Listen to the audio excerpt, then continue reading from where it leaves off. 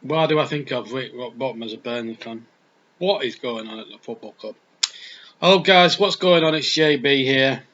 And as you know, last night we lost 2-1 to Newcastle in a real relegation 6-pointer at the turf. It was a must-winner, that is for certain, against Newcastle. They were down at the bottom, and the winners obviously went 13th, whoever won, because we were both on 9 points going into the game. And I've got to be honest with you, Newcastle wanted it more.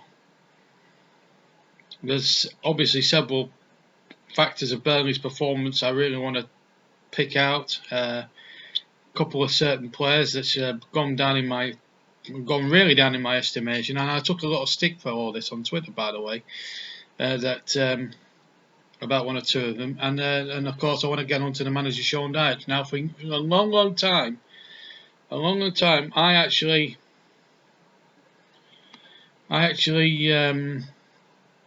I've been a fan of his, since he's joined the club, and I don't think anyone should ignore or belittle his achievements, because what he's done at that football club on very little resources has to be appreciated. But I'm going to explain why he needs to go, and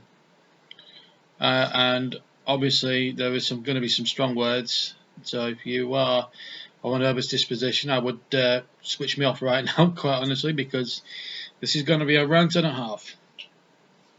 So we're going to the match against Newcastle. I was a bit nervous, because Newcastle had won their last two, and they'd played okay in both of those games, and so I was going to be very worried about tonight, and last night, sorry. And my prophecies, and I didn't want them to come true last night. I really didn't. But unfortunately, they came true within 2 fucking minutes. Ball comes in from Yedlin. Chris Wood with an appalling header away, and then it comes to Fernandez. And for whatever reason, Ben Mee does not come out quick enough to the striker, the man who's about to strike the ball. He stands back about 5 or 6 yards, and Hernandez hits it, and for some reason he sticks out a leg and it deflects into the back of the net. I thought that was brainless from Ben Mee, and I'm going to tell you why I think Ben Mee should be stripped of the captaincy as well a little bit later on. If you thought that was bad, the second Newcastle goal was even worse.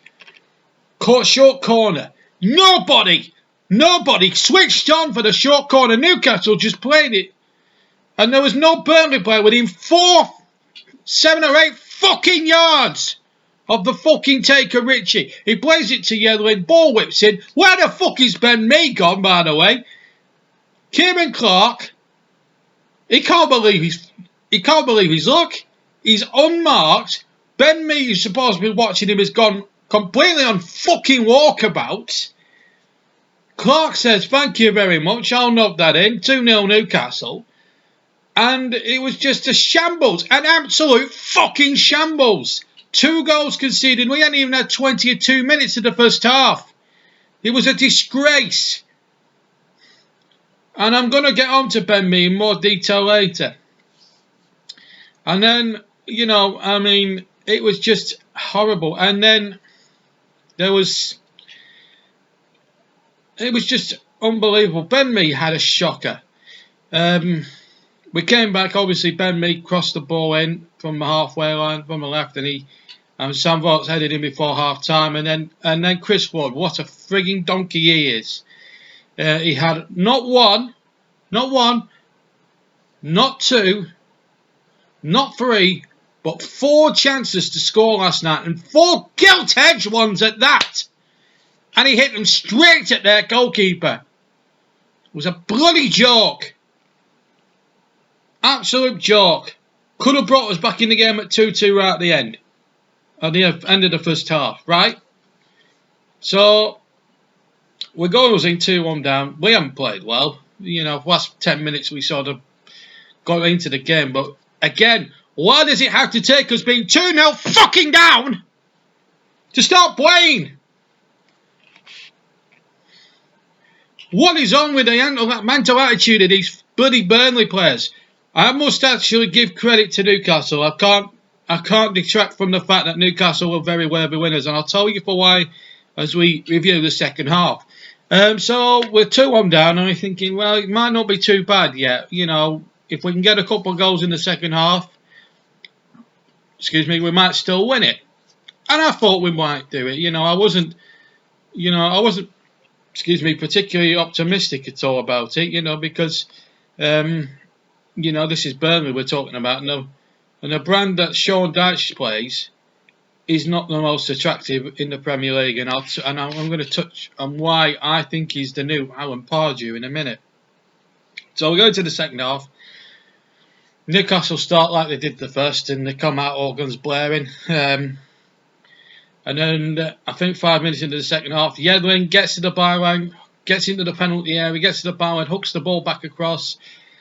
Richie has what seems like a simple tap-in, and for some inexplicable reason, he hits the side netting, and I thought, that is one of the biggest let-offs. I was doing the commentary on the JB YouTube channel, on this YouTube channel that you're going to be watching this video on, and I thought, well, we've just had the mother of all let-offs here.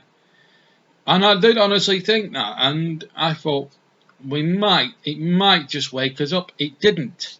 It absolutely, utterly didn't. And then Yosu came on and he hit the post.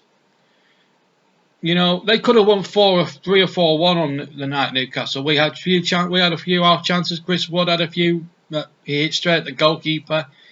But there just wasn't enough urgencies, and it has to come down to the manager. And I'm going to start explaining in details what 3 people, in my opinion, that shot Burnley in the foot last night. Okay, one of them, I'm going to touch on Ben Mee first of all. His overall performance. I just want to make a special mention to Kevin Long, who played at centre back last night for us. I thought he was Burnley's man of the match. I also have to say, I reluctantly gave DeAndre Ledlin we gave Ayosi Perez man of the match. I don't think he was that good, personally, but it's votes that count, and there was one vote, and it counted in his favour, and we had to give him man of the match, begrudgingly. But never mind. But I have to say now that, can I just say at this point, Newcastle fans, your team were brilliant, you were fantastic, you were good on the break. Rafa got you sorted out tactically, and you defended really well, apart from the goal that we scored, which I had an element of fortune about it, I have to say. Your goalkeeper was a bit off your line, but apart from that, I thought you were well worthy of the win, and fully deserved the 3 points, and I wish you guys well for the rest of the season. So I just wanted to say that bit before I start laying into Ben Mee, first of all. Ben Mee, and then Chris Wood, and then Sean Dyche, no less of all Sean Dyche. So let me pick out Ben Mee. I've had a lot of flack today on Twitter from Darren Bentley and 1 or 2 others saying that I was a bit out of order with him yesterday. Ben Mee was a disgrace to the Burnley shirt last night. I don't care if he's apologised. You do not go round after the match and start swearing at your own fucking supporters. It's a disgrace. I don't care. And then Darren Bentley has the goal to turn around and defend him. He was a disgrace on and off the pitch. Forget the first goal, right? That's irrelevant. The first one, it's deflected in. Second one, he's completely and utterly nowhere. He's supposed to be fucking marking Kieran Clark. Where is he? Oh, he's gone on a bloody walkabout. He's left Clark the freedom of Turk Moor to head in the second goal. He can't believe his luck, the Newcastle man. He can't honestly believe his luck. Ben Mee, disgrace. He was all over the place. Well, you've got somebody like Kevin Long, he's fighting and sweating hard for the shirt. He's putting in the graft. And you see Ben Mee just not doing anything. Poor marking. Poor distribution. I know he had an assist on the goal, but that's the only good thing he did in the entire 90 minutes. Not good enough. Not absolutely good enough, I'm afraid. Since he had that bumper contract in the new year, he's acted like he's fucking Billy Big Time. Well, I'll tell you something else, Ben Me. You should be fitted straight to the captaincy. You're not a good captain. You're not a good leader. You're a totally arsehole of a centre-back this season. You've played an absolute... You're a disgrace of a centre-back this season. You're not the man from last season.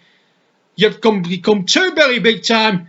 And I think you need stripping of the captaincy to actually bring you down a peg or two. Because quite honestly, mate, that will not do last night. That performance was absolutely disgraceful. You got that? Secondly, Chris Wood.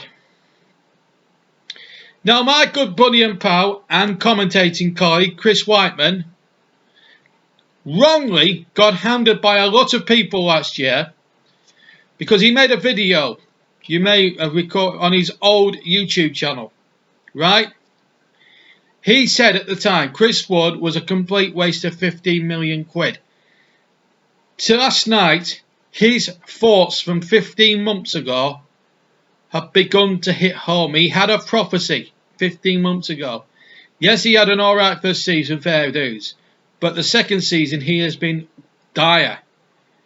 He scored, was it 2 goals all season? 1 in the league, 1 in the Europa League against Aberdeen, I think. Right? He's just not been good enough. He had not 1, not 2, not 3, but 4 shots at goal, and he's hit them straight at the keeper. And then he had 1 at the end where he just absolutely smashed it over the crossbar from 6 or 7 yards out. That's a finishing of a complete and utter donkey. He's not Premier class. I think Chris Whiteman hit the nail on the head about 15 months ago, and you lot chose to ignore it. And I defended him. It was those nasty comments about his video that forced him into hiding for about 3 months. And I had to convince him to come out of YouTube hibernation and come back into it. I hope you guys that dish Chris actually have some sorries to say for him, because he's absolutely bob on with Chris Wood. The sooner he goes back to fucking Leeds, back to fucking New Zealand, where he fucking came from, the better, because he's a fucking disgrace to the shirt. And now the final thing I want to touch on now, and this I didn't want to say. I never thought the day would come where I would have to say that Sean Dyche has to go now. It's been the same old BS now ever since January. The result, right, forget the achievements he's done in the past. Forget the fact that he went 23 unbeaten in the Championship. Forget the fact that he's kept us up for the first time since Armageddon. Forget the fact that we got into Europe last season. Great achievements they all are. But these are the cold, hard facts of the last 3 years that have papered over some of these, the great achievements and all are, but they've papered some very, very concerning cracks. Since we've been back in the Premier League, 1, we've never taken the cups very seriously enough. We've had humiliating defeats to people like Port Vale, Accrington Stanley, Lincoln of non-league in the FA fucking Cup, Burton Albion this season. The list is endless. He never takes cup ties seriously. He's so fucking arrogant. He thinks that the league's the better option. Well, we've got to... Well, I don't expect us to win the fucking cups, right? There are better teams out there. But I'd love to have a good cup run. Don't get me wrong. Then there's the tactics. He went 4-4-2 last night. Right? Fair enough. Go back to basics. I thought, okay, he's gone right, because he's trying to play that silly 4-4-1-1 with Jeff Henrick in behind, which clearly was not working, because Jeff Henrick is not a number 10. He's a box-to-box midfielder, a la Steven Gerrard, but on a much smaller scale. And I thought, oh, good, he'll play Vidra and possibly Barnes or somebody like that. And he picked 2 big lumps up front. Okay, Vokes scored, and that's fair enough. Right? Not going to knock Sam Vokes. He wasn't the worst performer by any stretch last night. But he started with Chris Wood. Why? You're playing 4-4-2 at home, right? The onus is on you, the home team, to attack, right? You play Chris Wood and Sam Vokes, two similar style strikers. When we've got Ashley fucking Barnes on the bench, and we've got Mattia Vidra, who we're paying nearly 12 fucking million for, and we haven't even used him. Clueless, absolutely clueless. It's been like that all season. Oh, and don't get me started on the fucking substitutes, Dash. Oh, what happened last night? You know, most teams, when they're 2-1 down after about, I don't know, 55 minutes, they turn to their benches. Oh, no. The problem with Dash is he's not most managers. He's unique. Well, he's unique in one sense of the word. Do you want to know why he's unique in the true sense of the word unique? And it's not in a good way, by the way. Okay, I'll tell you. And you might want to turn your speakers down for this bit. This is a man that has to wait until 80 fucking minutes to actually do something on the substitutes or bring substitutes on. And even then, he took two of the most creative players we had in the team off the pitch. He took off Defoe. He took off Brady. I found that amazing. I found that staggering. I found that surprising. He'd do a thing like that. It's absolutely diabolical. You take the right players off. I would have took Jack Cork off. Right? I'd have took Cork off. And I would have probably took off Chris Wood. Right? I'd have took those two off. Right? Or maybe take off Sam Vokes as well and go for Mattia Vidra as well. He didn't even use a third fucking substitute. And poor Mattia Vidra is wondering when he's ever going to get a fucking game. You see what I mean?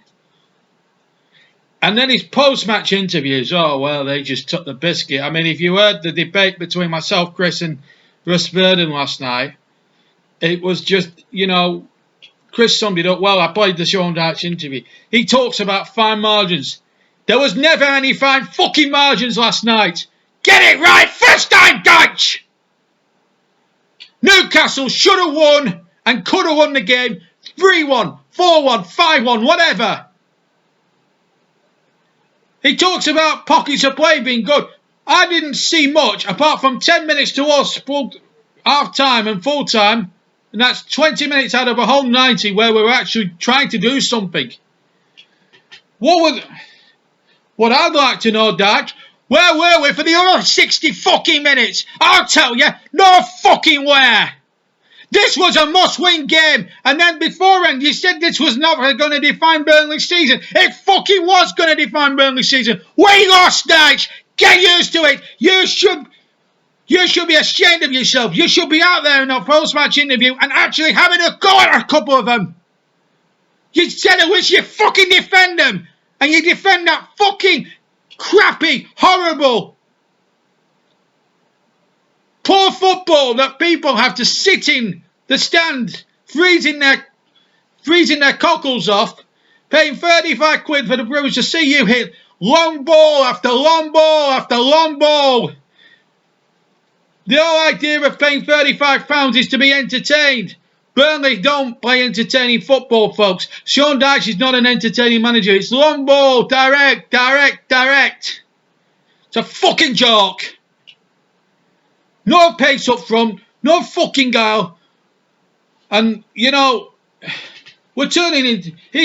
I'm sorry. I never thought the day would come when I say this, but he's turning into Alan fucking Bardew. Newcastle fans will understand what I mean by that. One-dimensional, no fucking plan B.